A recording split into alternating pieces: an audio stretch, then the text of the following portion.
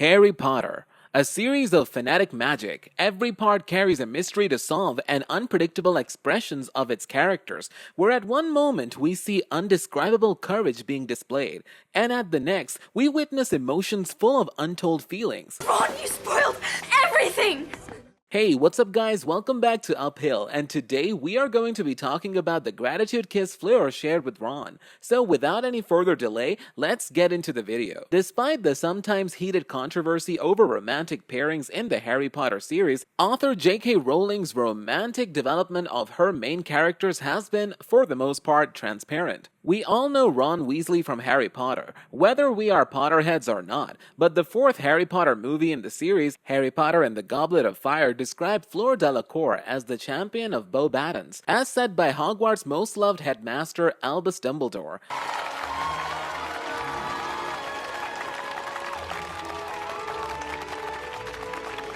The silvery blonde-haired got selected by the Goblet of Fire as the second participant of the Triwizard Tournament. We saw the arrogant and conceited attitude of Fleur, yet her beautiful blue eyes seemed to emanate a faint silvery glow. When she first appeared in the book, Hermione shared what she thought about her. She was of the opinion that Fleur was full of herself, and she was not the only one that had issues with the beautiful Veela. Ginny too disliked her for her general attitude towards everything, and gave her the nickname Phlegm, although they never openly used it in front of her. Fleur also complicated her relationship with the Weasleys when she loudly confessed her dislike of Celestina Warbeck, Mrs. Weasley's favorite singer, but we later found out that no one is completely bad, as her positive traits soon manifested. One could see more of Fleur's positive qualities, true courage and fierce loyalty. Prior, she only cared about Gabrielle, her sister, was blunt and had a critical attitude, but during the task, Fleur was nearly drowned by Grindylows in the lake. She knew well and good that the lake was a dangerous place,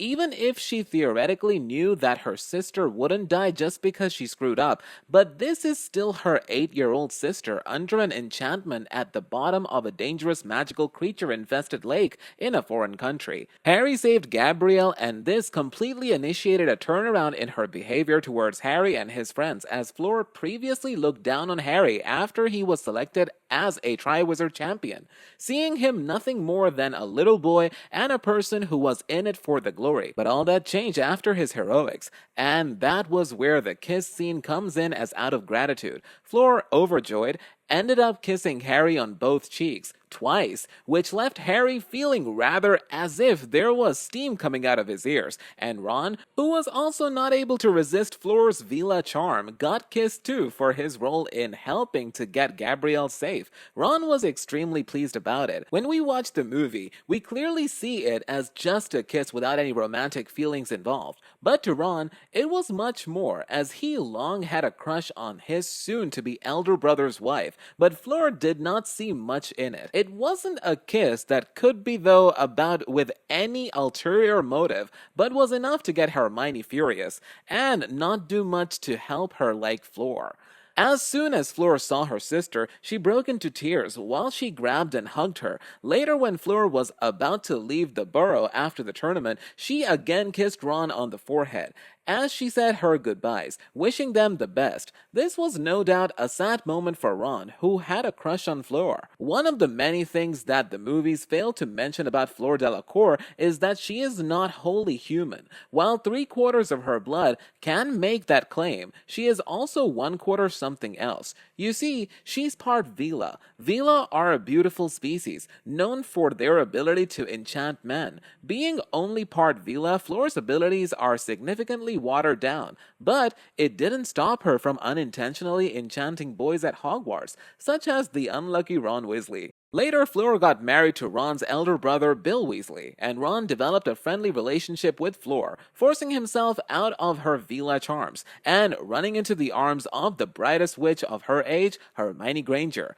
By the time Harry Potter and the Half-Blood Prince came around, Fleur and Bill were happily engaged, and this fact didn't change despite the events that transpired during the Battle of the Astronomy Tower, where Bill was grievously wounded by Fenrir, the werewolf. There was a concern that he too would become a werewolf. Mrs. Weasley assumed that Fleur would leave Bill as a result, but she was wrong. Fleur proved that she was willing to stay by Bill no matter what, and that she loved him for more than his looks. This is not the first or the last time that Fleur was proven how extremely loyal she is to those she deems worthy. Her loyalty was also shown when she risked her life for Harry, Ron, and Hermione in the Battle of the Seven Potters as his decoy, and also didn't tell the Death Eaters that Harry was present when they gatecrashed into her wedding. Talking about the scene again, where we see Fleur kissed Ron, it was quite humorous as Ron had one of those faces when a child gets what he wants after continuously crying for an hour. The later was quite a scene that cracked us up a bit. In the run-up to the Yule Ball, Fleur attempted to attract Cedric as a date,